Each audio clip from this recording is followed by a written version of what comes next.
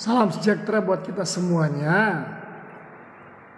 Pada saat ini saya ingin mengajak kita untuk memahami tentang makna berdoa. Nah, hampir semua agama di dunia ini mengajarkan tentang berdoa. Dan inti dari ajaran agama-agama di dunia ini adalah tentang doa. Nah, pada kesempatan ini saya ingin mengajak kita untuk memahami tentang doa yang diajarkan oleh firman Tuhan. Dalam surat Yakobus ini kita akan menemukan Yakobus pasal 4 dan pasal yang kelima ini ada beberapa prinsip tentang doa yang perlu kita pahami secara jelas. Nah, memang berbicara tentang doa itu beraneka macam ya cara kita berdoa. Ada orang yang berdoa dengan diam saja, hanya mulutnya yang komat kamit. Ada orang yang berdoa sampai memukul-mukul badannya atau memukul-mukul barang yang di depannya, atau ketika dia berlutut dia memukul-mukul lantai dan kursi ketika dia berlutut. Ada orang yang berdoa dengan histeris, teriak-teriak, dia teriak-teriak. Jadi ada orang yang berdoa seperti membentak-bentak. Nah, saudara, saya mau mengajak kita untuk berpikir tentang doa yang sebenarnya adalah yang penting adalah doa itu yang saudara perlu pahami di dalam surat Yakobus pasal yang keempat berkata demikian, saudara ya. Ayatnya yang kedua, kamu mengingini sesuatu tetapi kamu tidak memperolehnya. Jadi kamu tidak memperolehnya. Ya. Lalu kamu membunuh, kamu iri hati, tetapi kamu tidak mencapai tujuanmu. Lalu kamu bertengkar, ya. Kamu berkelahi, kamu tidak memperoleh apa-apa karena kamu tidak berdoa. Atau kamu berdoa juga tetapi kamu tidak menerima apa-apa karena kamu salah berdoa. Sebab yang kamu minta itu hendak kamu habiskan untuk memenuhi hawa nafsumu. Nah, yang dimaksudkan dalam ayat ini saudara, ketika kita mempunyai keinginan, ya, ini latar belakang ayat ini tentang ketika orang itu sedang menghadapi perselisihan atau pertengkaran, ya. Karena di ayat yang pertama dia berkata, dari manakah datangnya sengketa dan pertengkaran di antara kamu? Bukankah itu datangnya dari hawa nafsumu yang saling berjuang dalam tubuhmu? Jadi ketika kita sedang dalam konflik, ya, kita diberitahu di sini sebenarnya kita berdoa ya ketika kita sedang dalam masalah atau dalam konflik dengan orang lain. Nah, tetapi yang menjadi persoalan sini ketika kita berdoa justru tidak kita dapatkan apa-apa di dalam doa yang kita minta itu. Katanya Yakobus karena kita salah berdoa. Nah, ternyata ada doa yang salah, saudara, yang tidak didengar dan tidak dikehendak oleh Tuhan. Yaitu kalau kita berdoa di sini, doa hanya untuk memenuhi kesenangan diri kita sendiri, ya. Jangan berdoa untuk memenuhi kesenangan kita sendiri. Tuhan tidak menghendaki kalau kita berdoa untuk memenuhi kesenangan kita sendiri. Yakobus memberitahu yang kamu minta hendak kamu habiskan untuk memenuhi hawa nafsumu. Jadi misalnya ketika saudara disakiti orang, saudara berdoa, Tuhan tolong Tuhan orang yang menyakiti saya itu dibalas berlipat kali ganda, ya. Tolong Tuhan orang yang memukul saya itu balas dipukul oleh orang lain, ya. Tuhan tolong orang yang mencaci maki saya itu biarlah dia dicaci maki orang lain, atau saudara mengutuk orang lain. Tuhan tidak mengajarkan kita di dalam doa untuk mengutuk-ngutuk orang. Jangan berdoa untuk mengutuk-ngutuk orang. Doa saudara pasti tidak akan didengar, justru dibenci oleh Tuhan. Jadi Tuhan tidak mengajar kita untuk mengutuk orang di dalam doa, ya, atau minta Tuhan kutuk orang itu, minta dia disambar geledek. Saudara, Tuhan tidak menghendaki kita berdoa seperti itu, ya.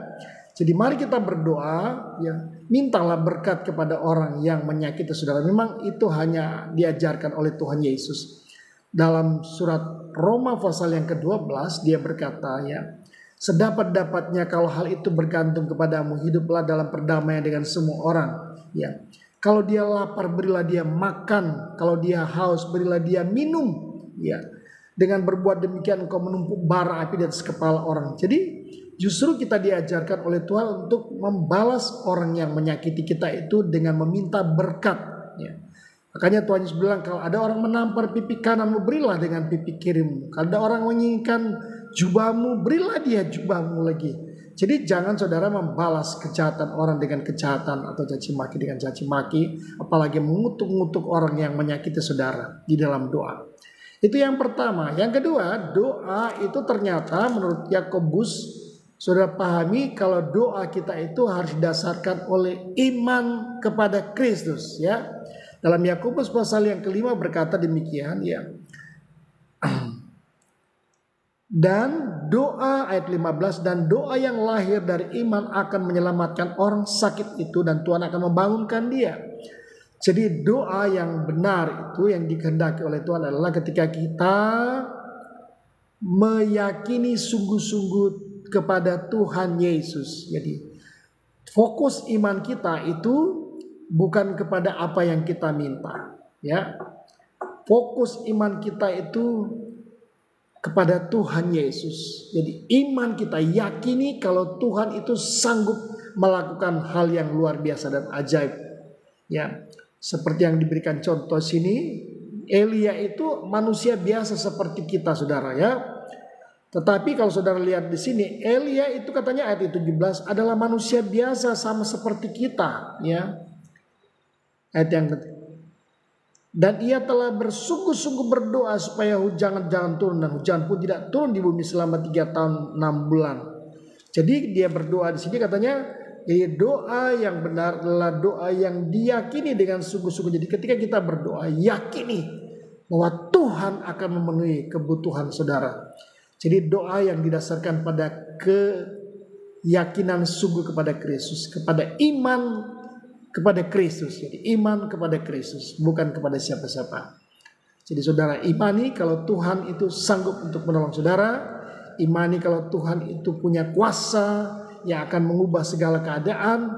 Jadi itu yang perlu kita pahami di dalam berdoa.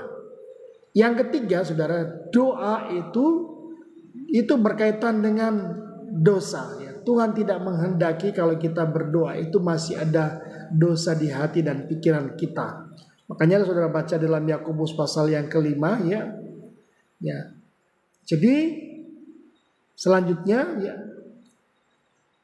Dan katanya kalau ia telah berbuat dosa, maka Tuhan akan mengampuni dosanya. Kemudian dia berkata lagi, ya.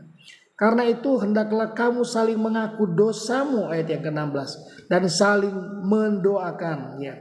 Jadi saling mengaku dosa. Jadi dosa itu menghambat kita dengan Tuhan. Ya, dalam Yesaya 59 ayat 1 dan 2 berkata, sesungguhnya tangan Tuhan tidak kurang panjang untuk menolong kita. Pendengarannya tidak kurang tajam untuk mendengarkan doa kita. Tapi yang merupakan pemisah antara Allah dan engkau adalah segala dosa-dosa kita. Jadi sebelum kita berdoa, minta ampun dosa kepada Tuhan, saudara, ya. Karena Tuhan tidak akan mau respon dengan doa orang yang masih menyimpan dosa, masih menyimpan kepahitan, menyimpan kebencian, menyimpan dendam, ya, kemarahan. Tuhan tidak dengar doa saudara. Jadi doa itu harus dibereskan dulu hidup saya dan saudara, ya. Jadi makanya saudara lihat seperti si pemungut cukai dan ada orang Farisi yang masuk ke bait Allah itu di dalam perumpamaan bantang doa. Si orang pemungut cukai ini itu datang ke dalam bait Allah, kemudian dia tidak berani menatap kepada Tuhan di atas, tapi dia menundukkan kepala dan dia mengakui dosa. Tuhan, saya orang paling berdosa, saya tidak layak Tuhan, saya tidak pantas Tuhan untuk diakui sebagai anak.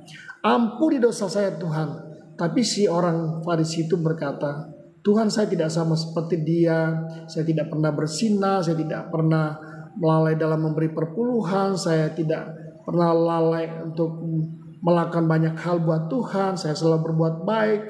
Tapi justru si pemungut cukai itu doanya didengar karena dia meminta ampun dosa dan dia sadar diri kalau dia itu berdosa di hadapan Tuhan. Jadi mari kita selalu sadar diri sebelum menghadap Tuhan. Kita harus membereskan hidup kita di hadapan Tuhan. Memang tidak ada manusia dalam dunia ini yang luput dari dosa. Saya pun berdosa, saudara. Tapi ketika kita datang menghadap Tuhan, mari kita minta ampun dosa dulu kepada Tuhan, ya, supaya Tuhan mendengar doa kita, ya. Kemudian yang terakhir itu sudah lihat di sini, ya. Nah, Elia yang dikatakan sini diberi contoh, ya. Ayatnya yang ke-16, doa orang benar bila dengan yakin didoakan sangat besar kuasanya. Doa orang benar bila dengan yakin didoakan sangat besar kuasanya. Doa itu juga berkaitan dengan kehidupan kita harus benar di hadapan Tuhan. Kata benar di sini juga merujuk kepada kehidupan kita di dalam Tuhan. Ya, seperti Abraham dibenarkan bukan karena perbuatan baik, tapi karena dia percaya kepada Kristus. Jadi kita harus hidup sungguh-sungguh di dalam Kristus, hidup di dalam kebenaran, dan kita harus melakukan hal-hal yang benar. Jadi seperti Elia, dia hidup benar di hadapan Tuhan. Dan doa orang yang benar bila dengan yakin, nah dia tambah lagi dengan keyakinan sini. Karena memang keyakinan ini sangat dibutuhkan ketika kita meyakini doa kita dengan sungguh-sungguh. Karena dalam surat Yakobus pasal 1 dia beritahu, ya, katanya kalau orang yang bimbang itu sama dengan gelombang yang, orang yang ragu, orang yang tidak yakin, itu sama dengan gelombang laut yang diombang-ambingkan kian kesana kian kemari. Dan orang yang demikian janganlah mengharap ia akan mendapatkan sesuatu dari Tuhan. Nah, saudara lihat di dalam ayat dalam Yakobus ya, Yakobus pasal yang pertama di situ, saudara lihat di situ, ya. Kemudian di dalam surat 1 Petrus. Jadi kalau kita berdoa itu ternyata itu, ya, haruslah kita hidup benar dan yakini apa yang menjadi pergumulan kita itu didengarkan oleh Tuhan, ya. Jangan sampai kalau kita berdoa itu kita tidak meyakini akan doa yang kita minta itu kepada Kristus, ya. Jadi marilah kita berdoa dengan keyakinan yang sungguh, jangan ragu-ragu, karena orang yang ragu-ragu itu katanya seperti gelombang laut yang diombang-ambingkan kian ke sana oleh angin. Dan orang yang demikian janganlah mengira ia akan mendapatkan sesuatu dari Tuhan. Jadi itulah yang perlu kita pahami di dalam doa. Mari kita berdoa kepada Tuhan sesuai dengan yang dikehendaki oleh Tuhan, ya.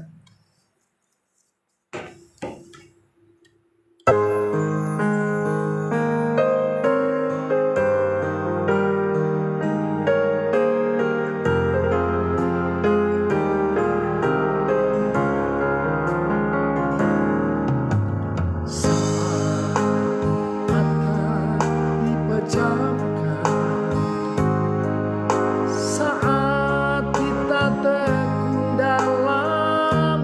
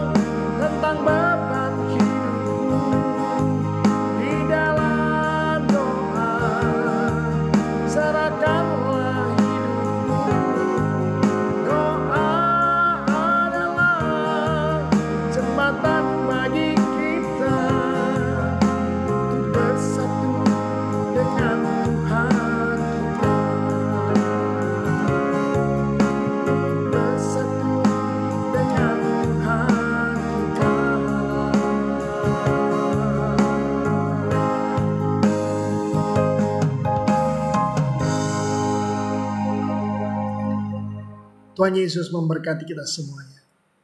Amin.